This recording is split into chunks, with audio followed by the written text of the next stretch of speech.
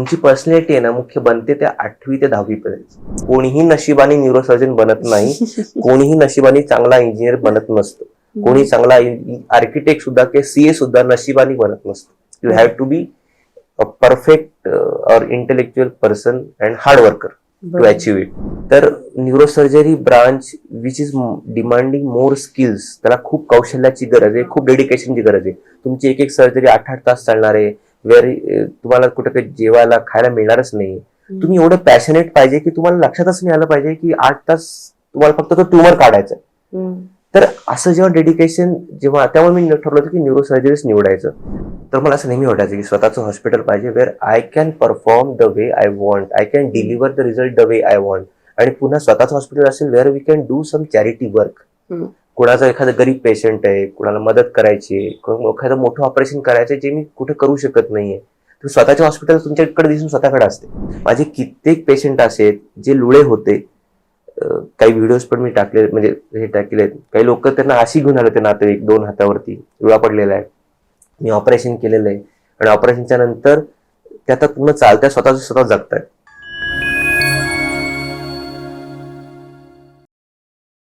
नमस्कार, winners talk शोच्या या भागामध्ये आपण सगळ्यांचं मनापासून स्वागत. आपल्याला लहानपणापासून जी स्वप्न आपण पाहतो आणि किंबहुना आपल्याला आई वडील पाहायला लावतात, त्यामध्ये एक महत्वाचं स्वप्न असतं, ते म्हणजे डॉक्टर हो. आणि घरात जर डॉक्टर असेल तर अनेकदा ते कंपल्सरी स्वप्न असतं की मग तर डॉक्टर झालंच पाहिजे. पण डॉक्टर होणं ही तितकी सोपी गोष्ट नाहीये. डॉक्टरची डिग्री मिळवल्यानंतर रुग्णसेवा करणं हे एका व्रतासारखं आहे, आणि त्याबरोबर अनेक गोष्टी तुमच्या आयुष्यामध्ये कळत नकळत येत असतात. ही रुग्णसेवा खरोखरच ईश्वर सेवा असते, आणि त्याचं स्वरूप जे साधनेसारखं आहे ते करत असताना आपण जी शाखा निवडलेली आहे वैद्यकीय, त्यामध्ये अधिकाधिक प्रगत होत राहणं, त्यासाठीची कौशल्य सतत प्राप्त करत राहणं, आणि निष्ठेने प्रसंगी आपल्या कुटुंबाचा वैयक्तिक सुखाचा विचार न करता सुद्धा रुग्णसेवा करणं, हे एकंदरच म्हणूनच आपण डॉक्टरला देव माणूस म्हणत असतो, आणि हे एक अत्यंत नोबल प्रोफेशन आहे. आज असेच एक ख्यातनाम डॉक्टर माझ्या बरोबर आहेत, डॉक्टर अमित वाघ, ज्यांच्या पुण्यातील स्पर्श आणि स्टार हॉस्पिटल विषयी आपल्यापैकी अनेकांना माहिती असेल.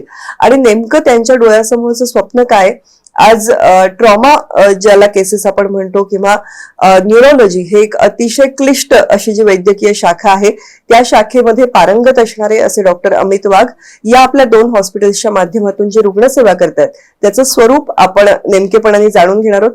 डॉक्टर, कार्यक्रमात मनापासून स्वागत. नमस्कार. सगळ्यात आधी मूळचे तुम्ही सोलापूरचे? माझं शिक्षण सोलापूरला झालं. मी सोलापूरमध्ये सुयश विद्यालय, केशव शिंदे म्हणून सर होते, त्यांच्याकडे स्कूलिंग झालं माझं पूर्णपणे. तिथे माझं 1ली ते 10वी पर्यंत शिक्षण झालं.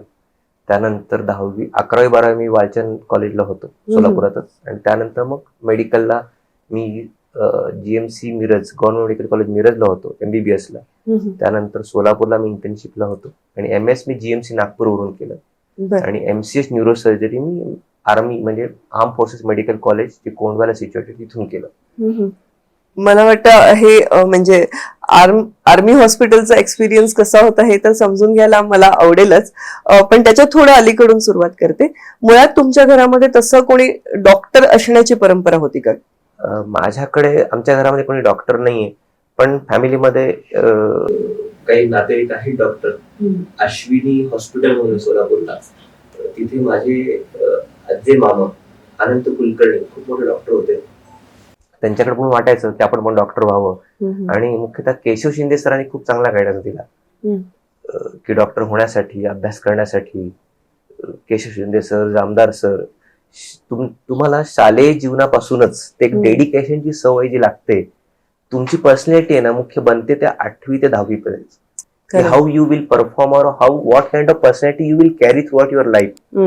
First of all your intention should be very pure, की whether you want to be a doctor or engineer. मला डॉक्टरच व्हायचंय तर डॉक्टरच व्हायचंय, मला इंजिनियर व्हायचं तर इंजिनियर, हे फिक्स पाहिजे 8वी 10वीतच. जसं आजकाल ट्रेंड निघाले IITचे प्रिपरेशन किंवा डॉक्टर प्रिपरेशन तुम्हाला 8वी 10वी पासून चालू करावं लागतं. तसं तुमचं माइंड तरी प्रिपेअर पाहिजे. आणि त्यावेळेसपासून शिंदे सरांनी खूप चांगला गायडन्स दिला होता. जामदार सर होते, शिंदे सर होते. त्यानंतर मग 11वी 12वी, मग तिथून आपला स्ट्रगल चालू होतं. की ओके ठरलं आता डॉक्टर बनायचं, मग तुम्ही स्टडीजला लागता, बायोलॉजी सब्जेक्ट घेता. त्यावेळेस माझे दोन्ही सब्जेक्ट असं होते PCMB म्हणून, त्यावेळेला दोन्ही असायचे आणि त्यावेळेला एंट्रन्स जस्ट चालू झाली होती. एंट्रन्सचा अभ्यास असायचा, आम्ही शाळेतच अभ्यास करायचो, दिवस रात्र शाळेतच अभ्यास करायचो. 10वी पर्यंत मी फक्त स्पोर्ट्स पर्सन होतो. फुटबॉल, क्रिकेट, हँडबॉल तिन्ही गेम स्टेट लेवलवरती खेळून आलेलो आहे. But after that when you realise की अरे sports is not the everything, on sports you cannot live your life. मग आपण आपली एक वाट निवडतो, आपली वाट निवडतो. ओके, मग आपण इम्प्रेस होतो कोणापासून तरी. ते एज असं असतं की we carry some impression. Okay, कोणाला वाटतं की नाही मला शाहरुख खान सारखं व्हायचंय, कोणाला वाटतं की नाही मला डॉक्टर व्हायचंय, कोणाला वाटतं की नाही चांगला इंजिनियर व्हायचंय, सम काइंड ऑफ. मग ते इम्प्रेशन आपण त्या दरम्यानच बनवतो. त्या दरम्यान तुम्हाला teachers how they present it to you, की हु इज बेटर, किंवा तुम्हाला तुमच्यासाठी काय योग्य आहे, तर त्याचं गायडन्स फार महत्वाचं आहे. आणि त्या गायडन्स वरतीच तुम्ही पुढची तुमची लाईफ कॅरी करता. तुम्हाला 12वी पर्यंत चांगले मार्क पडले की मग तुम्ही कुठली फील्ड निवडता, काहीतरी MBBS, काहीतरी इंजिनिअरिंग. मग त्यानंतरचा स्ट्रगल आहे, तिथं तुमची जी पर्सनॅलिटी बनते 8वी-10वी पर्यंत. आम्हाला 10वी पर्यंत सरांनी असं शिकवलं की 10वीचं पुस्तक एवढं छोटं जरी असेल तरी तुम्हाला 16 तास अभ्यास करायचा आहे, 16 तास खुर्चीला बसूनच चिकटूनच राहायचंय. मग तिथं आम्ही शाळेतच झोपायचो. आम्ही फक्त शाळेतच झोपायचो आम्ही. आणि असं नाही की आम्ही असे जवळपास 20-25 मुलं होतो फ्रॉम डिफरंट बॅचेस, की मी आता 8वीत आहे तर 9वीचे पण काही मुलं आहेत, 10वीचे पण काही मुलं आहेत. म्हणजे सगळेजण, सगळ्यांची घरं आहेत, but they are going home just for the food. की डबा घेतला, पुन्हा आले, सकाळी 5:30 वाजता उठले, फ्रेश झाले, फुटबॉलची प्रॅक्टिस केली, पुन्हा घरी. सरही तुमच्या बरोबर असायचे, तुम्हाला शाळेतच राहायचे. सरांची शाळा होती, सरांचं घर पण तिथेच होतं, सर पण शाळेतच राहायचे. हे किती छान दिवस असतील. मी मिस करतो की आमच्या मुलांना असे टीचर्स मिळत नाहीत, कारण की तो 24 तास गायडन्स असायचा. अरे तू असं कर, असं वाच. आणि आम्ही झोपायचो म्हणजे ती चर्चा होते, ते डिस्कशन होतं की 10वीतला मुलगा काय करतो हे कळतं आत्ताच. मी माझ्यासमोर ते कसे सिनियर माझे होते, म्हणजे उदाहरणार्थ किरण जोशी नावाचे डॉक्टर होते, he is now a good nephrologist in Solapur. पण त्यांच्याकडे बघून आम्ही शिकलो की अरे अभ्यासाला बसायचं तर असंच, आणि झोपायचं किती वेळ दुपारी, तर 11 मिनिटं 10 मिनिटं. जेवण तुमचं, आम्हाला पहिल्यापासून सवय की 15 मिनिटात जेवण झालंच पाहिजे. त्यानंतर वेळच नाही, 5 मिनिटं चर्चा केली, स्टडीज काय केलाय आणि आता काय प्लॅनिंग आहे, काय टाइम टेबल करायची सवय तर सरांनी आम्हाला 5वी पासूनच लावली होती. 1 तारखेला काय करणार, 2 तारखेला काय करणार, 3 तारखेला काय करणार आहे. मग तो गायडन्स भेटत गेला. मग अशी वाटत गेलं की अरे हा आपण चांगलं बनवू शकतो. मग एंट्रन्सला रँक लागले. आणि मी म्हणजे माझा सौरभ दाणी नावाचा माझा भाऊ आहे, हु इज सिनियर टू मी, आणि माझा आत्ते भाऊ आहे. तो म्हणजे गुरुबंधू असल्यासारखंच. तर त्याच्याकडे बघून असं वाटलं की नाही असं बनलं पाहिजे. पण आता तुम्ही जे म्हणता आहात हे मलाही माझ्या शाळा कॉलेजचे दिवस आठवतात, की तुम्ही म्हणालात तसं ते दिवस स्वप्न पाहण्याचे असतात, पॅशनेट असतात, आणि असे रात्र जागवण्याचे आणि असे सगळे ते दिवस असतात. अर्थात त्याच दिवसांमध्ये तुम्हाला वाट सापडते तरी किंवा भरकटते तरी, दोन्ही गोष्टींच्या शक्यता खूप असतात. पण चांगले गुरु मिळाले तर तुम्ही म्हणालात तसं तुम्ही योग्य मार्ग. मी असं म्हणेन की ते दोन्ही बाजूने असतं, की चांगले गुरु पण पाहिजे, तुम्ही पण चांगले शिष्य पाहिजेत. तर तुम्हाला काय कॅप्चर करायचं तुम्हाला पण कळायला पाहिजे. माझ्या स्कूलिंगमध्ये माझ्या 40च्या बॅचेसमध्ये सगळेजण चांगला परफॉर्म करतायत, but later on Wien life passes, म्हणजे तुम्ही जसं आयुष्य जगता पुढे 12वी नंतर 10वी नंतरचा वेळ जसा येतो तेव्हा तुम्ही कुठला ग्रुप सिलेक्ट करता, friend circle, it depends upon your choices, your liking. मग तुमचं लाइकिंग कसं तयार झालंय 8वी ते 10वी मध्ये, की तुम्हाला अभ्यास आवडतो का, तुम्हाला मूवीजच बघायला आवडतात का, तुम्हाला टाइमपासच करायला आवडतं का, तुम्हाला स्पोर्ट्सच आवडतो. You should be. आम्हाला शिंदे सरांनी सगळी गोष्ट अशी बॅलन्स करायला शिकवली होती. मला आठवते त्यावेळेला पण आम्ही असं आमच्या स्कूलची ट्रिप कुठे जात होती, रायगड, जिथून काहीतरी आदर्श घेण्यासारखं आहे. पुन्हा मेडिटेशन. त्यावेळेला मला आता जस्ट रिसेंटली गोइंका म्हणून गुरुजी होते इगतपुरचे, जे ही डाईट रिसेंटली, आम्ही त्यावेळेला पण त्यांच्याकडे गेलो होतो मेडिटेशन करायला. आम्ही तिथे 7-7 दिवस कोणाशी एक शब्द न बोलता मेडिटेशन करायचो. पण ती गोष्ट आम्हाला शाळेने दिली की असं केलं पाहिजे, की असं. आणि एखादी गोष्ट मिळवायची आहे ना तर फुल होल हार्टेड डेडिकेशन द्या, तर तुम्हाला ती मिळते, नाही मिळत नाही. असे खूप जण लिस्नर्स मध्ये असतील की जे स्पर्धा परीक्षांची तयारी करतायत. हम्म. तर मेडिकल हे एक उदाहरण झालं. अनेक वेगवेगळ्या अनेक प्रकारच्या स्पर्धा परीक्षा स्पर्धा आहेत. परीक्षांची तयारी होत असते. तुम्ही स्वतः तुमच्या एंट्रन्स फार नाट्यमय मी- पद्धतीने दिलेली आहे. मी आमच्या वेळेला एंट्रन्सची सुरुवात होती. आमच्या वेळेला निगेटिव्ह मार्किंग पण होतं, जे कदाचित आता असेल किंवा नसेलही. क्वेश्चन चुकला तर तुमचे 0.25 मार्क कट होणार आहेत, क्वेश्चन बरोबर तर 1 मार्क मिळणार आहे. त्यामुळे परफेक्शन एवढं पाहिजे. तुम्ही जर का आन्सर बद्दल शुअर नसाल तर मार्क करूच नका. म्हणजे एंट्रन्स ही अशी की फर्स्ट ऑफ ऑल तुमचं पहिल्यांदा एक एम तयार पाहिजे की मला काय मिळवायचंय, आणि एंट्रन्स देताना तुमचा पॅटर्न काय एमसीक्यूचा, निगेटिव्ह मार्किंग आहे का नाही. निगेटिव्ह मार्किंग नसेल तर that is a good part where you can dare a lot. जिथे तुमचे 4 पैकी 2 ऑप्शन ऑलरेडी कट झालेले आहेत आणि 2 पैकी एकच सिलेक्ट करायचं, then you can guess somewhere. पण काही काही एंट्रन्स असतात ज्या बिलकुल खूप प्रिसाइज असतात. त्यावेळेला तुम्हाला प्रिसाइजली परफेक्टलीच अभ्यास लागतो. आणि कुठल्याही क्षेत्रामध्ये एंट्रन्स क्रॅक करण्यासाठी हार्डवर्क शिवाय पर्याय नाही. कुठंही लकचा फॅक्टर नसतो. कोणीही नशिबाने न्यूरोसर्जन बनत नाही, कोणीही नशिबाने चांगला इंजिनियर बनत नसतं, कोणी चांगला आर्किटेक्ट सुद्धा किंवा सीए सुद्धा नशिबाने बनत नसतं. You have to be a perfect or intellectual person and hard worker to achieve it. आणि तुम्हाला रोज रिझल्ट द्यायचा आहे. म्हणजे जसं तुम्ही म्हणालात की न्यूरोसर्जन होणं ही एक केवढी मोठी जबाबदारी आहे. ट्रू. तर त्याविषयी काय सांगाल तुम्ही? म्हणजे मी आता सुरुवातीत आपल्यामध्ये चर्चा हे चालू होती की जेव्हा मी ठरलो होतं की MS सर्जन मी जेव्हा झालो की आता मला काय व्हायचं इथून पुढे, तर खूप सारे ऑप्शन्स असायचे. Heart surgeon, gastro surgeon, cancer surgeon का न्यूरोसर्जन. तर neurosurgery branch which is demanding more skills, त्याला खूप कौशल्याची गरज आहे, खूप डेडिकेशनची गरज आहे. तुमची एक सर्जरी 8-8 तास चालणार आहे, वेअर तुम्हाला कुठे काही जेवायला खायला मिळणारच नाही. तुम्ही एवढं पॅशनेट पाहिजे की तुम्हाला लक्षातच नाही आलं पाहिजे की 8 तास तुम्हाला फक्त तो ट्युमर काढायचा. तर असं जेव्हा डेडिकेशन त्यामुळे मी ठरलं होतं की न्यूरोसर्जरीच निवडायचं. आणि त्यानुसार मी सब्जेक्ट वाईज प्रिपेअर केलं होतं. माय एंट्रन्सेस wear at different cities, Lucknow, Kolkata, Jaipur, Bangalore किंवा श्रीचित्रा म्हणून इन्स्टिट्यूट आहे साऊथला केरळमध्ये तिकडे, आणि महाराष्ट्रामध्ये AFMC. तर माझं MS झाल्यानंतरच माझं स्वप्न होतं की आयदर एम्स किंवा AFMC हे 2 इन्स्टिट्यूट मधूनच पास व्हायचं की त्या 2 इन्स्टिट्यूट रँक काढायचा. माझा एम्सला पण रँक होता, AFMC ला पण रँक होता, but I wanted to be always Puneite. म्हणजे मला पुण्याला सेटल व्हायचं होतं. आता इतिहास आहे, आम्ही ऍक्च्युली मोरगाव म्हणून गाव आहे, तिथले आम्ही वाघ आहोत. तर तिथे आम्ही इसवी 400 पासून हे वाघ आडनाव आहे आणि माझे अँसेस्टर तिथे इसवी 400 पासून आहेत. तर मला पुण्यात सेटल व्हायचं होतं. तर त्यामुळे AFMC ला सिलेक्ट केलं. AFMC ला पण माझा फर्स्ट रँक होता आणि त्यामुळे माझं सिलेक्शन तिकडे झालं. मग मी बाकीचे इन्स्टिट्यूट सोडल्या, पण AFMC was my dream institute.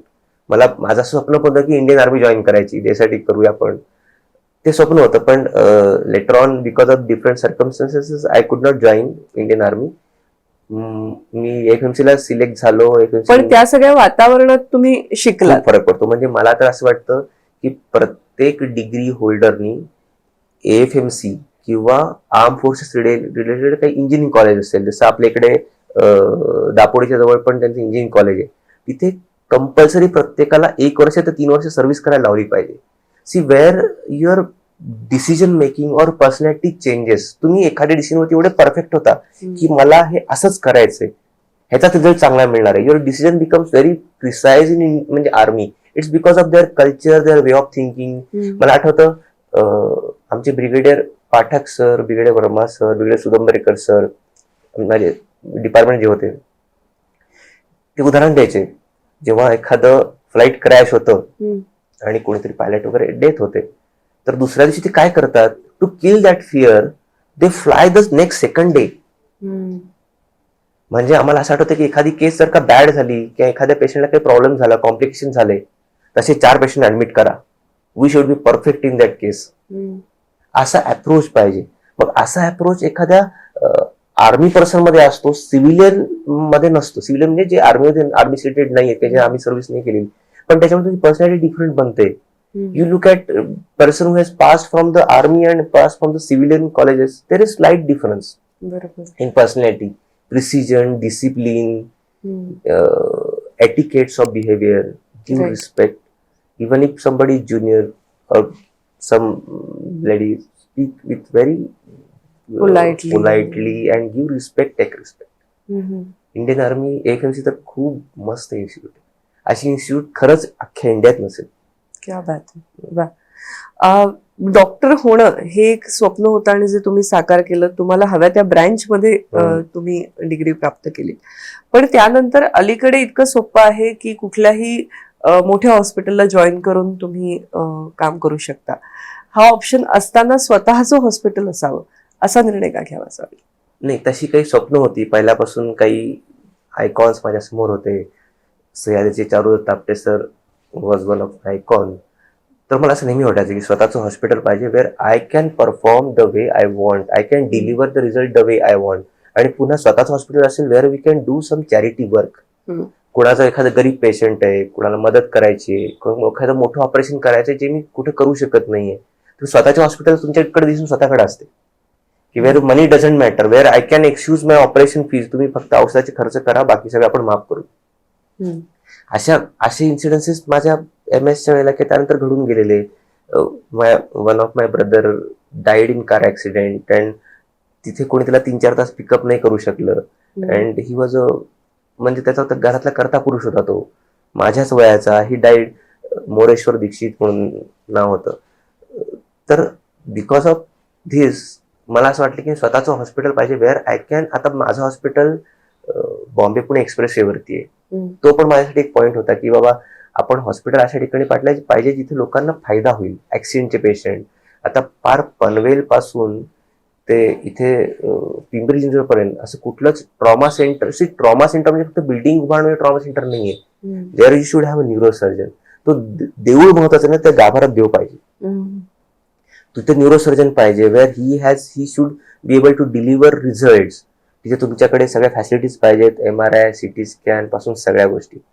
मी माझ्या हॉस्पिटलला तर असा विचार करतोय की माझ्या हॉस्पिटल मी जागा घेतली, पण असा विचार केला की मला हेलिपॅड पण उभारता आलं पाहिजे, एअर ॲम्ब्युलन्स सोय करता आली पाहिजे. पण मी त्या गोष्टी पण पुढे राजकीय नेत्यांना सांगितल्या, पण तिथे काहीतरी वेगळं रिलेशन असतं. There are different ranges of trends of politics.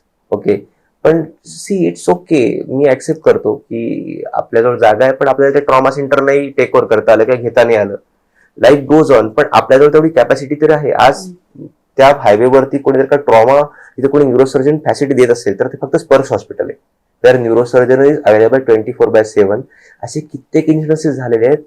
एक्सप्रेसवरती accident झालाय, नातेवाईक पोहोचायच्या अगोदर आम्ही CT स्कॅन केलाय, डोक्यावर रक्तस्राव दिसला तर आम्ही ऑपरेशन करून नातेवाईकांना सांगितलंय तुमच्या मुलाचं ऑपरेशन केलेलं आहे, रक्तस्राव होता, आता इथून पुढे काही करायसारखं नाहीये, पेशंट स्टेबल आहे. असं करून जीव वाचवलेला आहे. आम्हाला त्याचं नाव पण माहिती नव्हतं, त्यांनी 1 रुपया पण भरलेला नसेल हॉस्पिटलला त्यावेळेला. पण असे रिझल्ट मी माझ्या हॉस्पिटलला देऊ शकतो, मी कुठल्या कॉर्पोरेट हॉस्पिटलला देऊ शकत नाही. आणि आता काय झालेलं बिकॉज ऑफ म्हणजे behaviour about money and everything, corporate hospital they are entering or businessman are putting lot of money in this hospital industry. मला असं वाटतं डॉक्टरांचे हॉस्पिटल हा ट्रेंड कमी होतोय. That trend should survive. In fact सरकारने किंवा समाजाने अशा गोष्टी बघितल्या पाहिजेत की rather than corporate hospital, if doctor is running the hospital, he can do some charity, he can give good result. C, घर तुमचं जेव्हा असेल ना, तुम्ही तो कोपरा पण साफ करता, तुम्ही ते 24 तास राहता. जर का तुम्ही कॉर्पोरेट हॉस्पिटलला जाताय तर you will not care, you will just operate and come back. इथे जेव्हा तुमचं स्वप्न असतं, माझं खरंच स्वप्न आहे, एक माजिद सामी नावाचा खूप मोठा जर्मन सर्जन आहे, त्याला फार गर्व आहे किंवा आत्मविश्वास आहे की त्याचं हॉस्पिटल खूप चांगलं आहे ऑल ओव्हर द वर्ल्ड. तर मला असं हे डिलिव्हर करायला खूप चांगलं वाटेल की compare to Bombay, compare to other prime cities like Delhi, Pimpri Chinchwad PCMC has good neurosurgical team where जिथे न्यूरोसर्जन अश्युअर करू शकतात की हा तुमचा ट्युमर आहे ना, आम्ही 100% काढू विदाउट एनी पॅरालिसिस. हा तुमचा स्पाईनचा प्रॉब्लेम आहे ना, गादी तुमची सरकलेली ना, we have experience and we have operated thousands of patients and we can guarantee you, आम्ही तुम्हाला गॅरंटी देतो तुम्हाला पॅरालिसिस होणार नाही. समाजात खूप भय आहे की स्पाईनचं ऑपरेशन म्हणजे पॅरालिसिस होतो, स्पाईनचं ऑपरेशन लोक लुळे पडतात, स्पाईनचं ऑपरेशन म्हणजे आपण पुन्हा काम करू शकत नाही. माझे कित्येक पेशंट असे आहेत जे लुळे होते, काही व्हिडिओज पण मी टाकले, म्हणजे हे टाकले. काही लोक त्यांना अशी घेऊन आले, ते नातेवाईक 2 हातावरती लुळा पडलेला आहे, मी ऑपरेशन केलेलं आहे, आणि ऑपरेशनच्या नंतर ते आता पूर्ण चालत्या स्वतः जगतायत. तर तसे रिझल्ट देण्यासाठी कोणीतरी पॉझिटिव्हली एक गॅरंटी दिली पाहिजे, तुमचं ऑपरेशन सक्सेसफुल होईल, आपण छान करूया. पण काय होतं की त्याकडे फॅसिलिटीज नसतात किंवा ती पब्लिसिटी नसते. डॉक्टरना पब्लिसिटी करता येत नाही, ऍडव्हर्टाइजमेंट करता येत नाही, कारण की there are legal rules that you cannot do. आपण बाकीच्या सारखं कोलगेट किंवा पेप्सोडेंट ऍडव्हर्टाइज नाही करू शकत की मी हे केलं ते केलं. आपण because of social media and other things are changing now. तर माझे स्वप्न आहे की असे रिझल्ट मला देता यावेत आणि असं इन्स्टिट्यूट स्पर्श हॉस्पिटल किंवा स्टार हॉस्पिटल हे मला बनवता यावं, हे माझं स्वप्न आहे आणि कायम ते राहील. आणि I would like to mention you again, as compared to European neurosurgeons or American or Japanese neurosurgeon, we are much better than them. आपल्याकडचा 40 वर्षाचा neurosurgeon must be equivalent to their 55 years old neurosurgeon in skills, in daring, in everything. कारण की आपण तेवढे patients operate करतो. बरोबर. आपण दिवसाला जर का 5 ऑपरेशन केले तर त्यांच्याकडे तेवढे आठवड्याला होत असतील आणि तेवढी व्हरायटी ऑफ पेशंट्स बघतो. त्यामुळे आपल्याकडचे न्यूरोसर्जन काय बेटर दॅन द युरोपियन, हा एक आपल्या मनामध्ये जो इन्फिरेटरी कॉम्प्लेक्स आहे ना, तो पुसला गेला पाहिजे. आता तुम्ही जे उल्लेख केला की एक हेलिपॅड पण जिथे आहे किंवा एअर अँब्युलन्स आहे अशा पद्धतीचं एक हॉस्पिटल असावं, ही मला वाटतं खरं तर काळाची गरज आहे, काळाची गरज, समाजाची गरज आहे. पण असं स्वप्न पाहणाऱ्या डॉक्टरच्या मागे समाजाने पण कुठेतरी उभं राहण्याची गरज आहे. आणि तुम्ही म्हणालात तसं त्याचं व्यावसायीकरण न होऊ देता त्याचा जो प्युरिटी आहे त्याचा जो शुद्ध हेतू आहे तो पाहिजे, तो राखला गेला पाहिजे. तुम्ही त्यासाठी प्रयत्न करता आहात. तर मला हे जाणून घ्यायला आवडेल की पुढच्या एक 5-7 वर्षाचा 10 वर्षाचा या तुमच्या दोन्ही हॉस्पिटलसाठीचं तुमचं मिशन किंवा तुमचं विजन काय?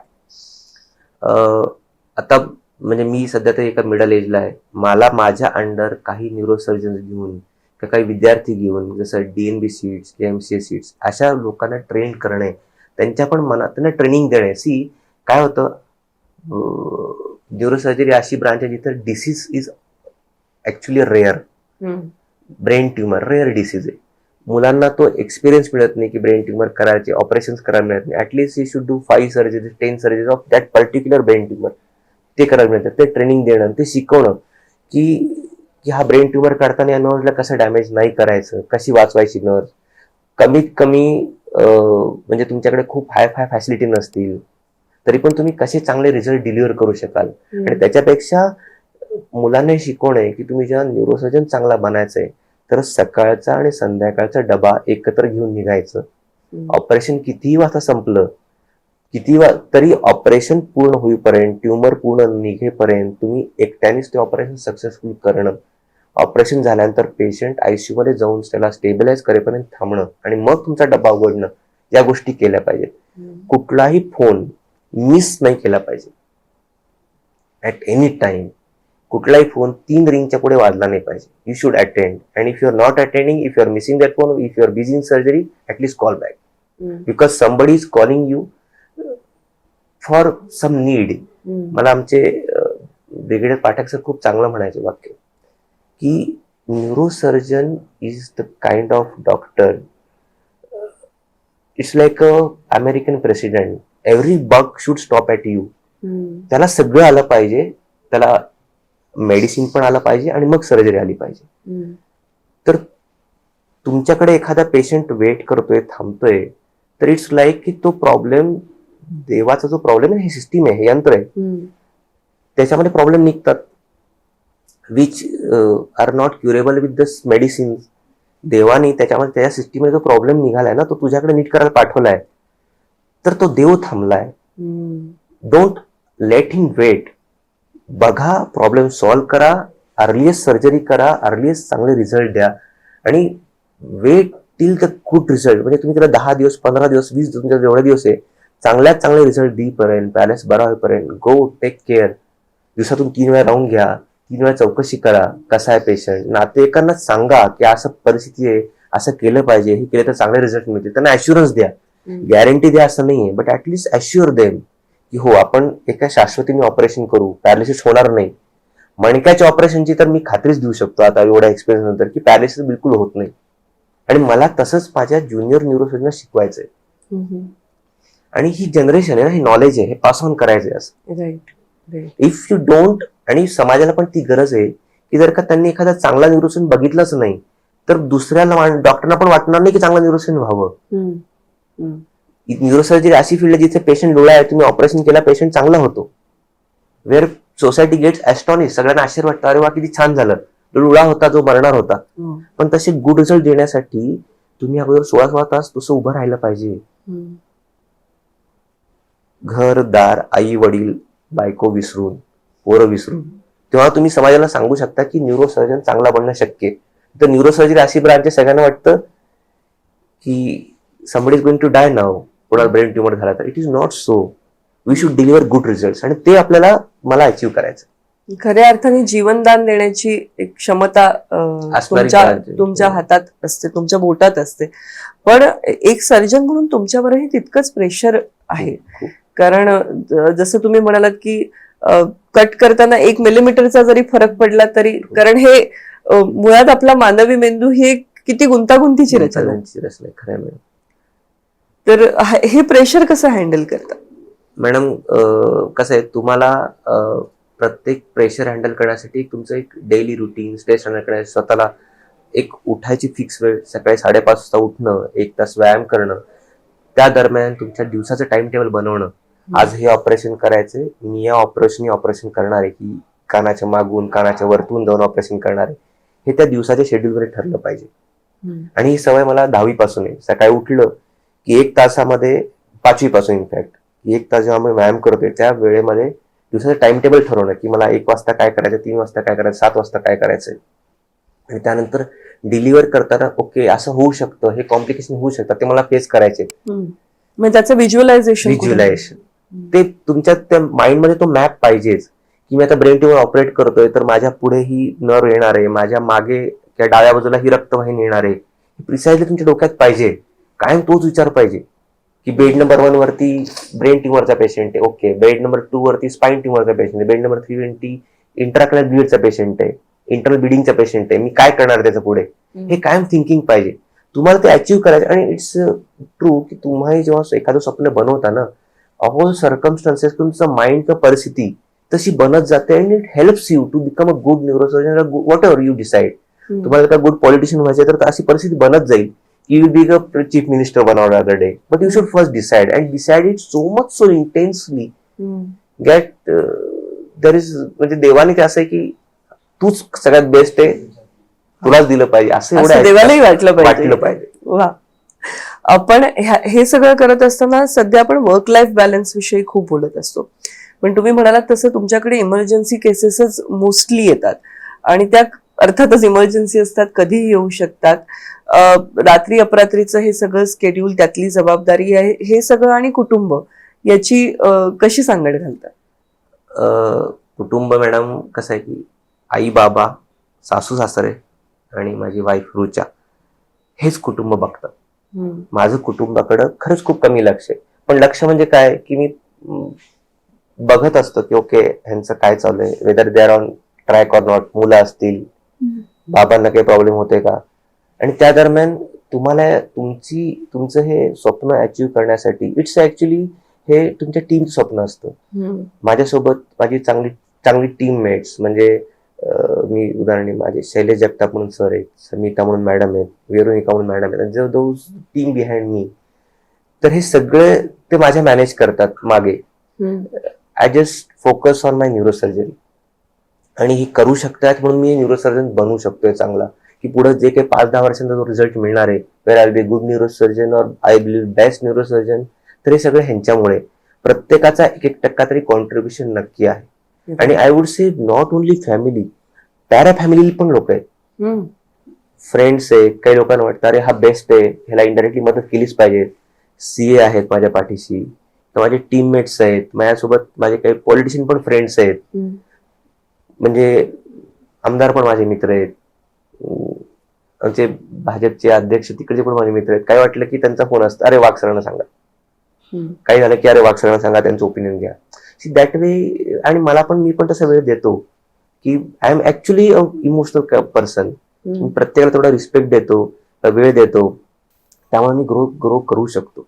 इट्स बेसिकली टीम, आणि ते टीमचं स्वप्न आहे की चांगला न्यूरोसर्जन, चांगलं हॉस्पिटल आणि गिव्हिंग गुड रिझल्ट. नक्कीच. पेशंट आपल्याकडे आला तर छानच होऊन गेला पाहिजे, तो आपल्या फॅमिलीचा पार्ट झाला पाहिजे, असं आमच्या टीमचं स्वप्न आहे. डॉक्टर, तुम्ही उल्लेख केला त्याप्रमाणे स्पर्श हे जे तुमचं हॉस्पिटल आहे हे मुंबई पुणे एक्सप्रेस वे वरती, म्हणजे अतिशय जिथे गरज आहे अशा पद्धतीच्या हॉस्पिटलची त्या ठिकाणी आहे. आणि आकुर्डीला स्टार हे हॉस्पिटल. तर सध्या या दोन्ही हॉस्पिटल्सचं व्याप कसा आहे किंवा कशा पद्धतीच्या सोयी सुविधा तिथे? स्पर्श hospital old Mumbai Pune highway आणि एक्सप्रेसवे ह्याच्या दरम्यान आहे हॉस्पिटल, सोमाटणे फाटा इथे. तर 100 बेडचं हॉस्पिटल आहे. तिथे आमच्या facilities MRI, CT scan, cath lab, 110 बेडचं हॉस्पिटल आहे. तिथे डायलिसिस पासून ते MRI पर्यंत सगळ्या सोयी सुविधा आहेत. आणि स्टार हॉस्पिटल हे आकुर्डीमध्ये आहे, ते पण 110 बेडचं हॉस्पिटल आहे. तिथे पण MRI, CT scan, cath lab या सगळ्या फॅसिलिटी आहेत. सर्व योजना आहेत, आर्मी पर्सनसाठी, एक्स सर्व्हिसमॅनसाठी किंवा गरीब रुग्णांसाठी महात्मा फुले योजना आहे किंवा आयुष्यमान भारत योजना आहे जी आत्ताच मोदी साहेबांनी जी लॉन्च केलेली आहे. तर या सगळ्या योजनांचा लाभ आम्हाला दोन्ही हॉस्पिटलला देता येतो. आमच्याकडे एक्स सर्व्हिसमॅन फॅसिलिटी असल्यामुळे सातारा, सिंधुदुर्ग इथून पण खूप आर्मी पर्सन्स येतात. आम्ही शिक्षक, पोलीस किंवा एक्स सर्व्हिसमॅन यांना ट्रीटमेंटमध्ये विशेष सवलत सुद्धा देतो. आमच्याकडे मेंदूचे, मणक्याचे ऑपरेशन करण्यासाठी लागणारे दुर्मिळ किंवा एंडोस्कोप, त्यासाठी स्पाईनचे ऑपरेशन करण्यासाठी ज्याची गरज पडते, किंवा इनफर्टिलिटीची फॅसिलिटी पण आमच्याकडे आहे, जे माझी वाईफ रुटा वाघ मॅडम बघतात सगळ्या. तर या सगळ्या सर्व सुविधांनी युक्त असं हॉस्पिटल आहे जिथे मी आणि बाकीचे अजून काही न्यूरोसर्जन्स किंवा बाकीचे पण काही डॉक्टर्स, ऑर्थोपेडिशियन्स आहेत, पुन्हा प्लास्टिक सर्जन्स, कॅन्सर तज्ज्ञ आहेत, जे एवढ्या चांगलं माझ्यासारखे स्वप्न घेऊन की फॅसिलिटी एवढी चांगली द्या की तो आजार पूर्ण बरा झाला पाहिजे, पेशंट पूर्ण बरा होऊनच घरी गेला पाहिजे. म्हणजे ब्रेन ट्युमर असेल किंवा नी रिप्लेसमेंट असेल तर तेवढं परफेक्ट झालं पाहिजे की पेशंटला पुन्हा प्रॉब्लेम आला नाही पाहिजे. आणि महत्वाची गोष्ट, तो आपल्या कुटुंबाचा भाग बनला पाहिजे. पेशंटला एवढ्या हक्काने वाटलं पाहिजे की डॉक्टरला फोन करावा काही प्रॉब्लेम आला तरी. आणि आमच्याकडे पण डॉक्टर सर्व इमोशनली प्रेमळ, किंवा फोन आला तर अटेंड करतील, ऑपरेशन मध्ये बिझी असतील तर त्यांचा असिस्टंट ते कॉल्स आन्सर करेल, आणि ते पण खूप प्रेमाने त्यांना tender care, loving tender care हा जो भाग आहे तो आमच्या हॉस्पिटलला खूप चांगल्या प्रकारे फॉलो केला जातो. असं स्वप्न आहे, आम्ही आता करतोय. आणि वाटचाली समाजाच्या पण चांगल्या साथ भेटते आम्हाला. 2017 पासूनच आम्ही 17-18 पासून या गोष्टी चालू केल्या आणि आता आमचं हॉस्पिटल खूप चांगल्या प्रकारे फ्लरिश होत आहे. कोविडच्या काळात पण आमचे दोन्ही hospital dedicated Covid health centre होते, जिथे मावळामध्ये, मावळ हा जो एरिया आहे पार पनवेल पासून म्हणजे पिंपरी चिंचवडपर्यंत आमच्याकडे खूप कोविडचे पेशंट्स ऍडमिटेड होते. खूप लोकांना बिलांमध्ये सवलत दिलेली आहे, खूप लोकांना मदत केलेली आहे, कित्येक गरिबांना पैसे न घेता पण ट्रीटमेंट केलेली आहे. आम्हाला तिथले लोकल आमदार असतील, खासदार असतील, यांची पण खूप चांगल्या प्रकारे साथ भेटलेली आहे. त्यावेळेला खूप लोकांची बोलणं व्हायचं. राजेश टोपे साहेब असतील, देवेंद्र साहेबांचे असिस्टंट असतील, तर खूप लोकांची साथ भेटलेली, प्रत्येकाला मदत केलेली आम्ही. प्रत्येकाला शुभेच्छा असतात, साथ असतात. समाजाने सुद्धा डॉक्टरांच्या मर्यादा, हॉस्पिटलच्या मर्यादा समजावून घेतल्या पाहिजे. डॉक्टर काही देव नाही आहेत, प्रत्येक गोष्टीची कुठली गॅरंटी देऊ शकत नाहीत. आणि ट्रीटमेंट करताना काही कॉम्प्लिकेशन्स होतात जे डॉक्टरांच्या हातात नसतात किंवा इच्छेविरुद्ध होतात डॉक्टरांच्या. त्या गोष्टी टॅकल करताना येणारे प्रॉब्लेम्स हे सगळे आम्ही कालांतराने हळूहळू शिकत गेलो आणि we are now at good stage. आणि अशी स्वप्न, मोठी तर स्वप्न तर आहेत, समाजाची साथ भेटावी जशी तुमच्या सगळ्यांची साथ भेटते तशी, आणि लोकांना एक इन्स्पिरेशन मिळावं की अशा अवघड ब्रांचेस सिलेक्ट करताना की आपलं किती डेडिकेशन पाहिजे. चांगला न्यूरोसर्जन व्हायचंय, चांगला हार्ट सर्जन व्हायचंय किंवा any good surgeon which that field itself is demanding your dedication, that is more important. नक्की. आता तुम्ही जे म्हणालात की फोकस असणं आणि इतका डिसिप्लिन जो आहे की या सगळ्यातून तुम्ही रोज पहाटे ठराविक वेळेला उठता, व्यायाम करता, तुमच्या कुटुंबाकडे तुमचं लक्ष आहे, आणि संवादही मला वाटतं तितकाच महत्वाचा असतो. जसं तुम्ही म्हणालात की केवळ कुटुंबाबरोबर नाही, मित्रमैत्रिणी आहेत, समाजातले जे महत्वाचे घटक आहेत त्यांच्याशी तुमचा एक रोजचा संवाद सुरू आहे. तर या सगळ्यातून कुठेतरी एक मला वाटतं पॉझिटिव्ह नेटवर्किंग जे होत असतं. तर थोडंसं पुन्हा मागे घेऊन जाते की जेव्हा शाळा कॉलेजच्या दिवसांमध्येही एक असंच नेटवर्किंग आपल्या आजूबाजूला असतं, ज्याचा तुम्ही उल्लेख केलात की ज्यातून तुम्हाला तुमची वाट मिळत असते. तर ही जी तरुण मंडळी आहेत आत्ताची ऐकणारे, त्यांना काय सांगाल तुमच्या अनुभवातून की ज्याही क्षेत्रात, म्हणजे डॉक्टरच व्हायचं असं नाही, कुठल्याही क्षेत्रात यशस्वी व्हायचं असेल तर काय पद्धतीने ही जी तरुण वर्ष जी आपली हातातली असतात मोलाची, ती वापरावीत? तरुण वय हे असं असतं की ते स्वप्नांचं वय असतं. पहिल्यांदा तुमच्या स्वप्नावरती तुमचा ठाम विश्वास पाहिजे. ठाम विश्वास म्हणजे की मी हे अचीव्ह करू शकतो यावरती पहिला स्वतःला विश्वास बसला पाहिजे. त्यानुसार तुम्ही वर्क करता, तुमचं माइंड त्यानुसार तयार होतं. See there is a kind of आम्हाला सबकॉन्शियस माइंड.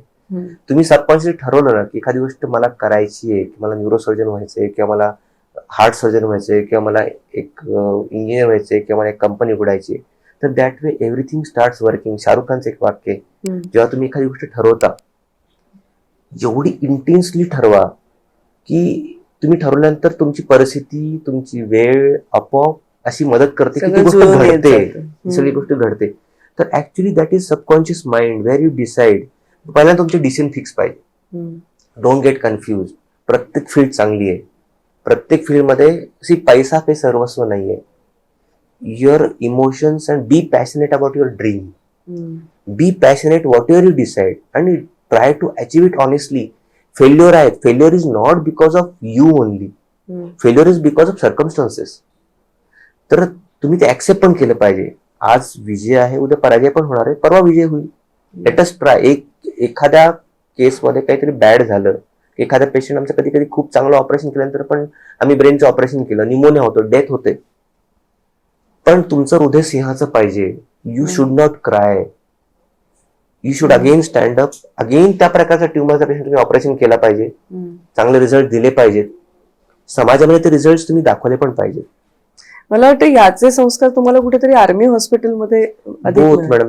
कसं आहे, चांगले गुरु, चांगले इन्स्टिट्यूट हे मिळणं खूप नशिबाचं, म्हणजे नशिबाचाच भाग येतो. की लहानपणापासून म्हणजे मी माझ्या शिक्षकांची नावं घेऊ इच्छितो. केशव शिंदे सर, जामदार सर, ज्यांच्यामुळे व्यायामाची सवय लावली ते गोटे सर आर्मी इन्स्टिट्यूटमध्ये. त्यानंतर MS करताना पण मला खूप चांगले शिक्षक भेटले, हेडाव सर, की त्यांनी कधीही जातीभेद केला नाही. असे शिक्षक मला भेटले. ज्यांनी हाताला पकडून सर्जरी शिकवली, असे शिक्षक भेटले. आणि त्या शिष्याला पण ते द्यावंच वाटलं पाहिजे. त्या शिष्याने पण तेवढं वर्क केलं पाहिजे की माझा गुरु सांगतोय ना की आज आता 48 ड्युटी करायची आहे, आपली शनिवार रविवार इमर्जन्सी आहे, तर we should dedicatedly do surgeries.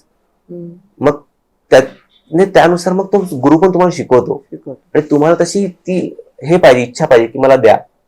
Surgery अशी फील्ड आहे ना मॅडम की फक्त सगळं रिडिंग होत नाही. It's not only knowledge which you read by the books. It's that your guru who teaches is how to cut.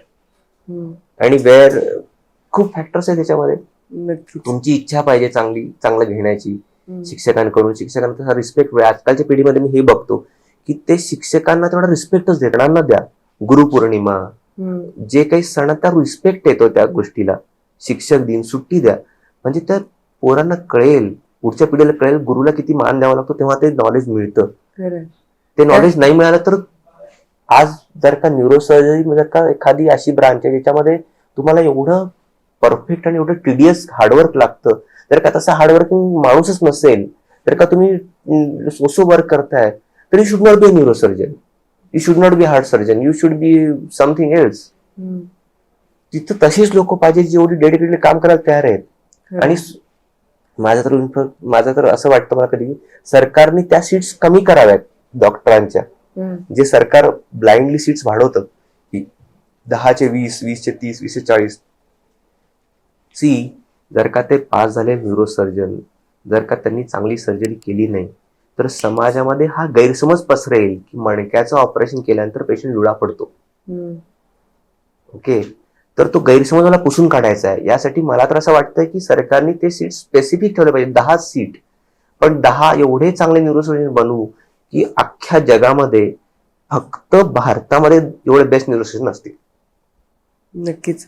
आज डॉक्टरांशी बोलत असताना सातत्याने त्यांच्यामधली जी पॅशन आहे आणि त्यांचं त्यांच्या स्वप्नावरचं जे प्रेम आहे ते निश्चितच कळतं आहे. आणि डॉक्टर, आपला देश इतका मोठा आहे आणि या मोठ्या देशाच्या वैद्यकीय गरजा सुद्धा तितक्याच जास्त आहेत. कोरोना काळामध्ये तर आपण सगळ्यांनी खूप अनुभव जास्त. घेतला की तुम्हा सगळ्या डॉक्टरांचे जितके आभार मानावे तितके आमच्यासाठी कमी आहेत. कारण त्या काळात तर युद्धासारखा प्रसंग होता आणि तुम्ही सगळे योद्ध्यांसारखे आमच्या बरोबरीने आमच्यासाठी लढत होतात. तर त्यासाठी तर आभार आहेतच. आणि खरंच मनापासून एक भारतीय नागरिक म्हणून असं वाटतं की तुमचं जे स्वप्न आहे की आंतरराष्ट्रीय दर्जाचं, त्या तोडीचं आणि तितक्याच तत्परतेने लोकांना उपचार देणारं असं हॉस्पिटल तुम्हाला जे उभं करायचं आहे ते तुमचं स्वप्न लवकरात लवकर साकार हो अशा शुभेच्छा या निमित्ताने द्याव्याशा वाटतात. आणि डॉक्टरांच्या बोलण्यातून एकंदरच आजच्या वैद्यकीय क्षेत्रामध्ये डॉक्टरांवर असलेला जो ताण आहे, त्यांच्या स्वतःच्या जीवनशैलीला घेऊन त्यांचं कुटुंबीय त्यांना जो सपोर्ट देत असतात त्याविषयी अनेक मुद्दे आपल्या लक्षात आले असतील. डॉक्टर होणं ही सोपी गोष्ट नाहीये, पण डॉक्टर होणं हे अतिशय नोबल प्रोफेशन आहे. त्यामुळे या प्रोफेशनसाठी काम करण्याची जर तुमची इच्छा असेल किंवा इतर कुठल्याही अशाच महत्वाच्या प्रोफेशनसाठी तुम्ही प्रयत्न करत असाल तर एवढीच इच्छा आहे की विनर्स टॉक शो मधून ती प्रेरणा तुम्हाला मिळावी. जेव्हा परीक्षेचा अभ्यास करून ताण आलेला असेल, यशापयशाची चिंता तुम्हाला वाटत असेल, तेव्हा ती चिंता दूर करून डॉक्टरांसारखी रोल मॉडेल्स आठवून आपण पुन्हा एकदा नव्या जिद्दीने कामाला लागूया. विनर्स टॉक शोच्या पुढच्या भागामध्ये अशीच काही नवीन प्रेरणा घेऊन भेटूया. धन्यवाद डॉक्टर. धन्यवाद.